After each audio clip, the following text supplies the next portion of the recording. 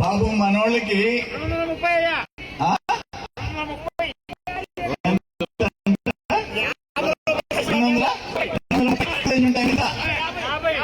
అరవై మ్యాక్డెవల్ విస్కీ అడిగితే చూడు మా అన్నదమ్ముళ్ళు ఎంత హ్యాపీగా ఉన్నారు. మీరేమో డల్ గా కూర్చొని. తెలుగుదేశం వస్తే ఆ నువ్వు అడిగిన చూడు ఆయన ఎంత హెచ్పి 60 రూపాయలు 70 రూపాయలకి మ్యాక్డెవల్ బ్రాండ్ ఇతర దేశాల్లో కూడా అమ్ముతారు. అంటే తాగటం మంచిది కాదు, తాగేవాళ్ళకి మంచి మందుని వేయాలిగా. ఈ రోజు షాపు పోతే McDowell brand Mansion House whisky, Old Town, King ఏం లేవా? ఎవరిది రాజ్యం? వీళ్ళ పరిస్థితి ఏంటంటే షాపు పోయి మందడితే బ్రాండ్ ఉండవు. ఏమున్నాయంటే 150 కావాలా, 250 కావాలా, 350 కావాలా చెప్పు, అంతే తప్ప ఇంకొకట్లే. ఇటువంటివి ఆయన చేసిన వాగ్దానాలు కొన్ని వినండి ఓపిక కొద్దిగా.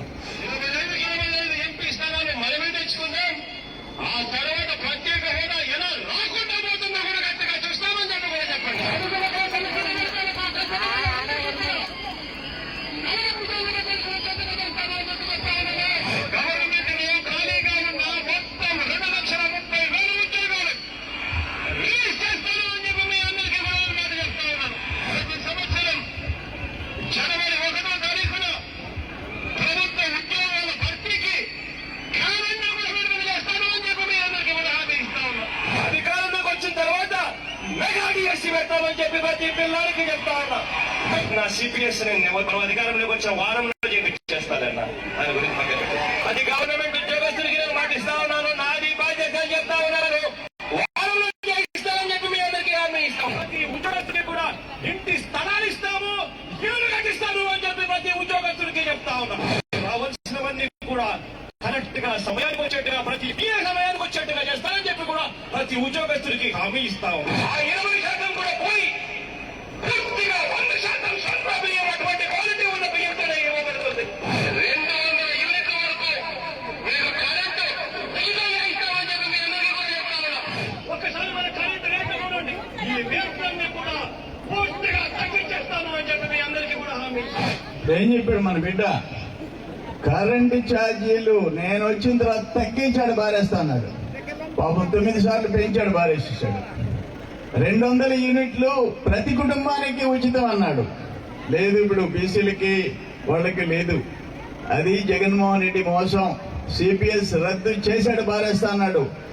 ఆయన చెప్పి చేయనివి దీంట్లో 99 ఉన్నాయి. 99 ఇప్పుడు ఏం మాట్లాడుతున్నారు? 130 పథకాలు తెలుగుదేశం ప్రభుత్వం, గత ప్రభుత్వాలు 130 పథకాలు, ఒక్క ఎస్సీలకి 27 పథకాలు రద్దు చేసినోడు ఎవరంటే జగన్మోహన్ రెడ్డి.